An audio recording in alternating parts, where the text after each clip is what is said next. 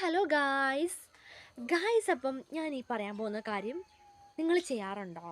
എന്താണെന്ന് വെച്ചിട്ടുണ്ടെങ്കിൽ വേണമെന്നുള്ള ചെടി നടാറുണ്ടോ നിങ്ങൾ? ജൂൺ 5-ന് വേണേൽ ചിലപ്പോൾ ഒന്ന് പോയി നട്ടേക്കാമല്ലേ. ഒരു ചെടി നടുന്നത് എന്തുകൊണ്ടും നമ്മുടെ ഭാവി തലമുറയ്ക്ക് നല്ലതാണ്. ഇപ്പം നമ്മുടെ പപ്പയൊക്കെ നട്ട പ്ലാവിൽ നിന്നാണ് നമ്മൾ ചക്ക കഴിക്കുന്നത്, തെങ്ങിൽ നിന്നാണ് നമ്മൾ കരിക്ക് കുടിക്കുന്നത്, തേങ്ങ എടുക്കുന്നത് അല്ലേ. അവർ ചെയ്തതിൻ്റെ ബാക്കിയായിട്ടാണ് നമ്മളൊക്കെ അനുഭവിക്കുന്നത് അല്ലേ. അപ്പോൾ നമ്മളൊരു മരം നട്ട് കഴിഞ്ഞാൽ നമ്മുടെ ഭാവി തലമുറയ്ക്ക് അത് നല്ലതായിരിക്കും.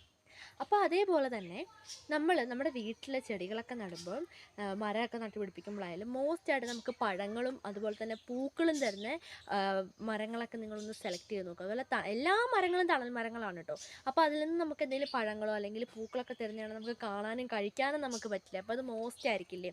അപ്പോൾ കൂടുതലായിട്ട് നമ്മൾ ഈ സെലക്ട് ചെയ്യുമ്പോൾ നമ്മൾ പൂക്കളുള്ള ചെടികളും ഒക്കെ പ്ലാന്റ് ചെയ്യാൻ നോക്കിക്കഴിഞ്ഞാൽ നമ്മുടെ വീട് എപ്പോഴും ഒരു പൂങ്കാവനം പോലെ ഉണ്ടാവും, നല്ല രസമായിരിക്കും ഇല്ലേ. അപ്പോൾ ഒരു പ്ലാന്റിൻ്റെ പേര് ഞാൻ പറയാം, ജെയ്ഡ് വൈൻ എന്നാണ് അതിൻ്റെ പേര് കേട്ടോ.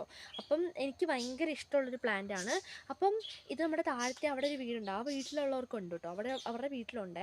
അപ്പോൾ അതിൻ്റെ കളർ മയിൽപ്പീലീൻ്റെ പോലത്തെ കളർ, അതൊരു ക്ലൈംബറാണ്, അത് പൂവാണേ. അപ്പോൾ അതിന് മണമൊന്നുമില്ല പ്രത്യേകിച്ച്. എന്ത് രസമാണെന്ന് അറിയോ, അയ്യോ അടിപൊളിയാണ്. അതിൻ്റെ പല കളർ വെറൈറ്റീസ് ഉണ്ട്. അപ്പോൾ എനിക്കിത് വേണമെന്ന് എനിക്ക് ഭയങ്കര ആഗ്രഹമാണ് കേട്ടോ. അത് ജെയ്ഡ് വൈൻ മാത്രമല്ല, വേറെ പല തരത്തിലുള്ള ക്ലൈംബേഴ്സ് ഉണ്ട്. അപ്പോൾ അത് മരത്തിലേക്കൊക്കെ നമ്മൾ പിടിപ്പിക്കുകയാണെങ്കിൽ മരത്തിലൊക്കെ ഫുൾ ആവരണം പോലെ എപ്പോഴും പൂക്കളിങ്ങനെ ധാരധാരയായി വീണുകൊണ്ടിരിക്കൂലേ. അപ്പോൾ നമ്മുടെ മഞ്ഞപ്പൂമരം പൂത്ത് കഴിഞ്ഞപ്പോൾ പൂക്കൾ നിറച്ച് വഴിക്കായിരുന്നു. അതുപോലെ തന്നെ സമ്മർ ടൈമിലാണ് നമ്മുടെ പാരിജാതം പൂക്കുന്നത്. പാരിജാതം പൂത്ത് കഴിഞ്ഞാൽ വഴി നിറച്ച് പാരിജാതമായിരിക്കും.